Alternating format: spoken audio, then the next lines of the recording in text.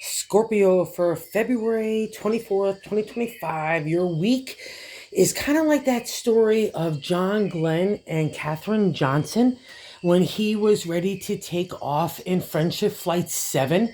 And he had a gut feeling from the information that he was getting from the new IBM computers that the calculation for his reentry wasn't correct.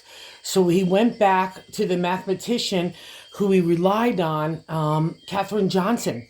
So he followed his gut, and she ended up proving the IBM computers wrong and working with Glenn on future expeditions and adventures all throughout NASA and its flights to the moon. So you're kind of like John Glenn, and you're realizing that you need to trust your own gut, your own experience, your own knowledge base. Because what the card suggests in this 10 card spread is the Eight of Wands in that first placement, right? It's the refresh, rejuvenation in the area of the creative. And we really want it at this point, too. We're kind of been so tired from everything that got us here into the higher numbers of the tarot.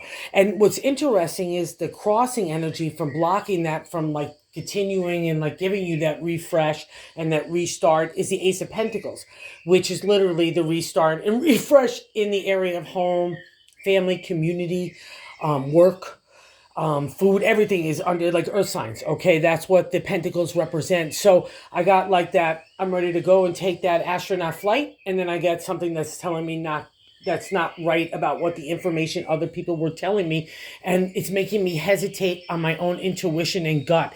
And these cards say don't be like that, okay? Because you paid a big price to get where you are. You really want to stand in the light. That's at the base of the matter, that fourth position of the sun, major arcana.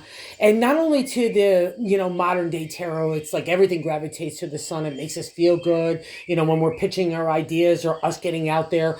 Men, women, children, plants, animals all love the sun and need it. But to the ancient tarot, it was like opening up your head and your heart again to allow the sun, like a laser beam, and the God in the universe to clean out all the dusty and spider webbies, anxieties, fears, and insecurities that get built up after a difficult time. And these are all new cards. And the reason why I keep going back to that whole thing about trusting your gut, you're caring too much what other people say, and you've got to kick that to the curb, even in your own thinking. I don't think even other people are talking about anything anymore. I think in your own mind you might be fighting some old battles, and that's cool too. But again, if God is making the space with the sun to get new like stuff in the attic of your brain, I would suggest you do so.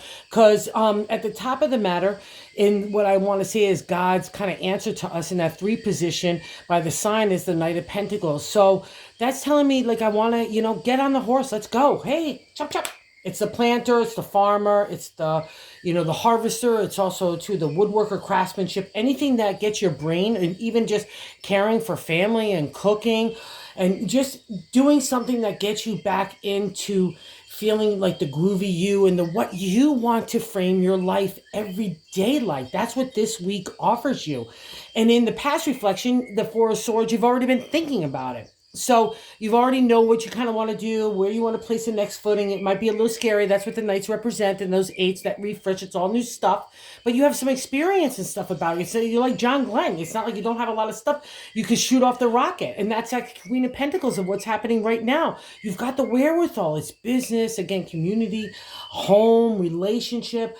You don't get to the regal lady of the queen with the easy stuff. It's the tough stuff that tempers you. She wants to feed people. She wants to share her goodwill.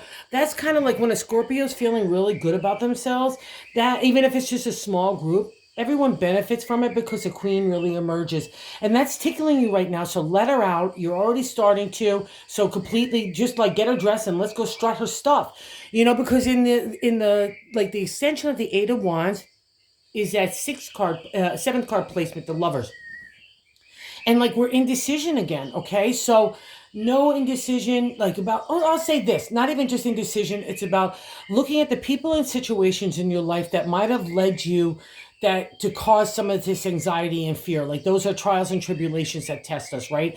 And usually a lot of time it's the people in our lives that do that testing for us, and that's just how it works. And that the Lover's card, again, major arcana, And it represents like you learning those lessons of the heart, so you become the Queen of Pentacles, so that you could do what is good for you. Some people might dig that kind of perspective, and some people won't on you, on the way you want to have your heart, or the people in your life, or the type of ethics and characters and integrity that is a paramount for a Scorpio. You rule those areas, trust and loyalty. So again, sometimes we don't know who's not good in that area until we get tested by it. But that's the Lover's card. So trust yourself with that rewind on the Eight of Wands. It's a refresh. And God's trying to deliver all the sunshine and joy back into your life. But it's so interesting as we move up. Okay, so how other people look at you is the Tower. So people have already seen whatever has fallen apart around you. It's always for your betterment, but it leaves us rather exhausted and tempered. And from other people's point of view, it might be like seem revengeful too. Okay, so anything that, again, a Scorpio is part insect with the bug of the Scorpio, but you're really meant to be the eagle.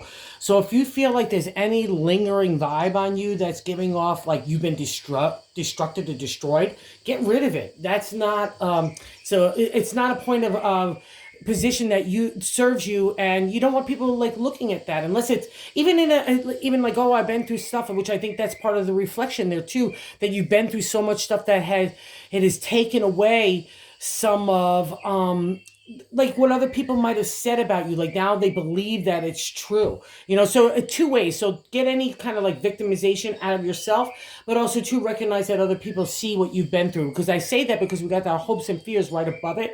That Five of Cups, five is good luck in the area of the heart, and the only time you'll see the cups turned over in the journey of the cups.